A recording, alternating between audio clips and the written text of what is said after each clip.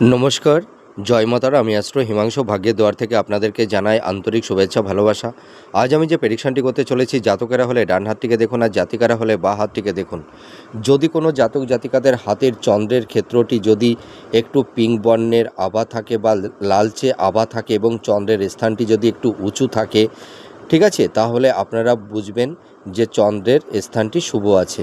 এই চন্দ্রের স্থানে যেন তিল চিহ্ন বা মানে ক্রস চিহ্ন, হ্যাঁ, বা জাল চিহ্ন এইগুলো থাকলে কিন্তু চলবে না, ঠিক আছে।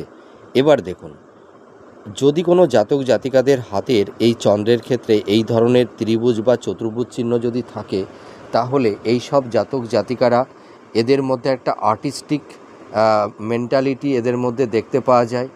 এরা ভালো গায়ক হতে পারে, অ্যাক্টার হতে পারে, সিঙ্গার হতে পারে বা ভালো স্ক্রিপ্ট রাইটার হতে পারে, ঠিক আছে।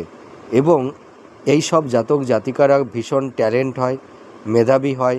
এদের যোগ্যতার মাধ্যমে এরা জীবনে মানে নাম, যশ, খ্যাতি, প্রতিষ্ঠা, এদের লাইফে যে ডিজার্ভগুলো থাকে, মানে ভালো দামি গাড়ি, ঘর, প্রপার্টি, স্থাবর ভূসম্পত্তি, এরা কিন্তু প্রাপ্তি লাভ করে থাকে।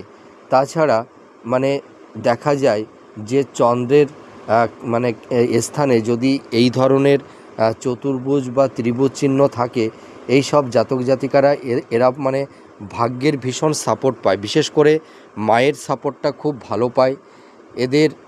মানে মায়ের দিকটায় এদের জীবনে সাফল্যতার অনেকটা চাবিকাঠি, এটা আমি দায়িত্ব নিয়ে বলতে পারি। এই সব জাতক জাতিকাদের জীবনে মানে বড় হওয়ার পেছনে মায়ের ভূমিকা খুব গুরুত্বপূর্ণ।